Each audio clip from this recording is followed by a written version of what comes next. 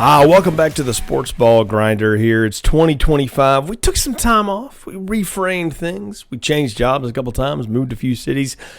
But we are back here now. Why? Because it's time that the casual sports fan, the person who's got a job, got a life, got a lot going on at work with family, all the other things, has an outlet to talk about the sports that you like. Because let's face it, folks, casual sports fandom is in, and it's in a big way. We're going to talk about that here. Of course, you can find this show on Spotify, Apple, YouTube, all the places you find a podcast, Sportsball Grinder. Just look for that, and you will find the show. We appreciate the support. You can follow me on all the social media at JRanHere. That's the same handle everywhere, Blue Sky, X, Instagram. I'll post updates about the show and links to the shows as they release here. We'll be coming around through the spring and the summer here, probably a couple of times a week, doing something early part of the week, something near the end of the week for the weekend, to just keep up with the big stories going on and the stuff that we care about as casual sports fans. And right now, we are right before March Madness, the NCAA men's and women's basketball tournaments, Selection Sunday coming up in just less than a couple of weeks now. And your conference tournaments are about to heat up. Your conference race is heating up. And I got to tell you, college sports right now in a major time of transition. We all know that, right? With the onset of NIL, which really is pay for play now, and seemingly unending free agency, and with the coaches and the players, conference realignment. It seems like TV networks and a couple of places are driving the boat. But I got to tell you, as a casual sports fan, college sports is for you right now. Because if ever there was a time when it's just time to root for the laundry, this is it in college sports. It really is. It's hard to keep up with where the players are.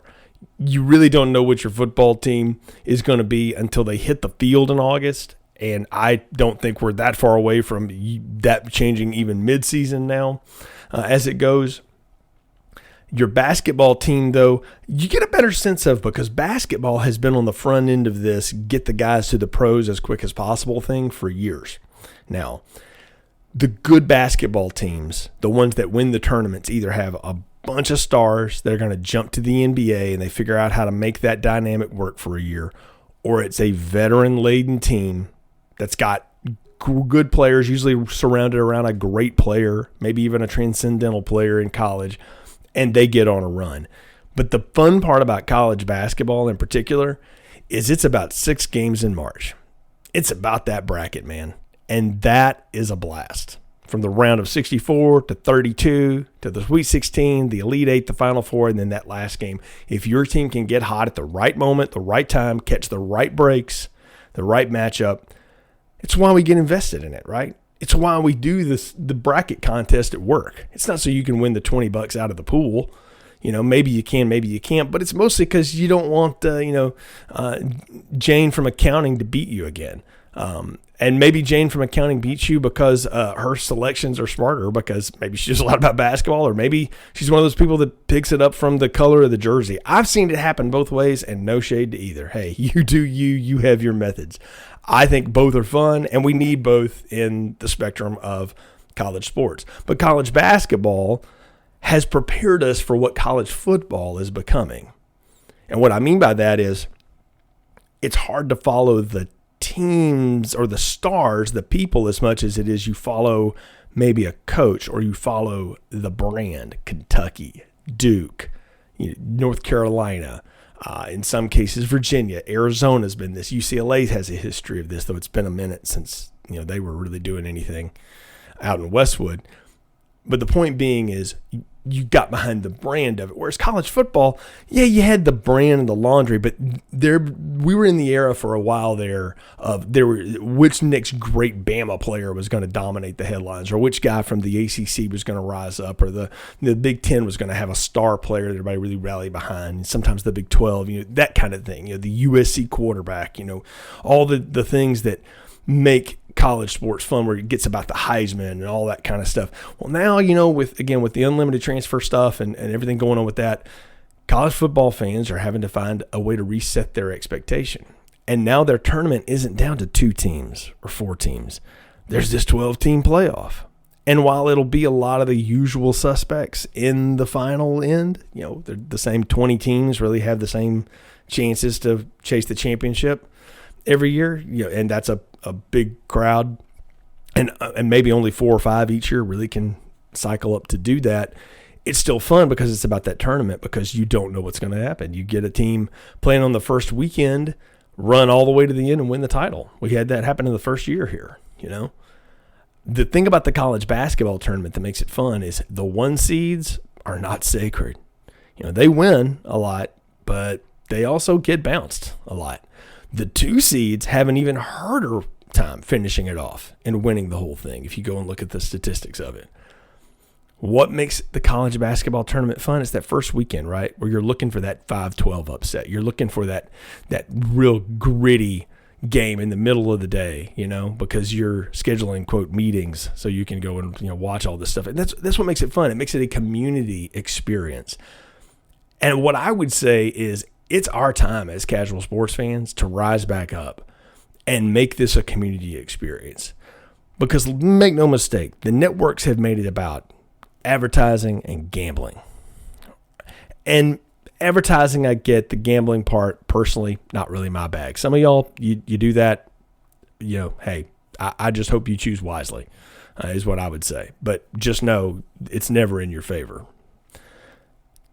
But it seems like that has just taken over everything, or it's all about the fantasy aspect, the analytics, the numbers, and you get caught up in that. And hey, if that's your gateway in, cool. But if you're just wanting to watch the games and just enjoy the games, well, now's the time, because guess what? You can just watch the games. You can hit mute on the TV, and you can find your favorite radio broadcast on something like the Varsity Network app, or if your network or team has an app, radio station's got one, and you can just listen to the local homer call as the game goes down. It's a blast. I encourage you to do it. Find the fun back in sports for yourself, because there's a lot of fun to be had. And it's not just in basketball right now. The NFL has made itself a year-long television show with its off-season, and it's always fun. And that's the thing right now that's differentiating the NFL for a lot of college football fans, is that, well, it's the same stuff, but at least in the NFL, I know when the deadlines are. I know the rules. College football will get there. Don't worry. They'll figure that out. But until they do, maybe you're a little turned off by it. Find you an NFL team and follow them. Even the, quote, not good ones still have a lot of fun in the offseason to follow, leading up to the draft, leading up to the team activities, to practice, all that. You have something every month to kind of get you by and get you through. And then if that's not your bag, hey, auto racing's kicking hard right now. NASCAR, you had really interesting races, these first 3 races. None of the guys that have won the races have led the thing for more than like 20 laps, which is wild. Because the engineering of the cars and the strategy of the cars right now is having, in the last 20 or 30 laps of the race, everybody's wrecking because they're all going for it finally. That makes for exciting stuff if you want to watch auto sports. F1 just started back up, which became really popular because of Netflix. That's awesome. If you're into that now, watch that. It's a feat of engineering to watch that happen, because it's not just the driver. It's all the people behind the driver, the track, all that. You got that going on. College baseball's kicking up, which I will say right now is infinitely fun. Find a local college baseball team, go to a game. You'll have a great time with your family. It won't cost you a lot of money. It's a lot of fun. MLB, we'll see. They're teetering on the brink of making a bad mistake with their labor negotiations and sitting out for a year, but that's a long way away. You want to get in and watch, you can watch. And look, watch a superstar team like the Dodgers. Can they run that back and do that again with all of that money spent on all those stars, all those players? Is it fun? Get into it. Or if you're into a team that's, quote, a small market team or an upcoming team, hey, you know what? You're going to watch some good players. Have fun with it. Just have fun with sports again. And hey, maybe sports entertainment is your bag. I don't think pro wrestling's been hotter in 20 years than it is right now. You got a lot. When you got John Cena turning heel, which just means he's going to the bad guy side. When a pro wrestling storyline becomes part of SportsCenter and Fox Sports and CBS and everything, it's resonating with the public. Find something for yourself if you want to watch sports. It's our time as casual sports fans to have a good time. Because you want to know why? We all got stuff going on, like I said in the opening. We got work, we got family, we got outside stuff going on. Don't know which direction the market's going. Worried about this, trying to get ready for your vacation, trying to figure out, hey, do I make the career move now? Do I do it later? Do I go back to school? My kids are in school. They're dealing with this, all the pressures of life. And sports provides that respite.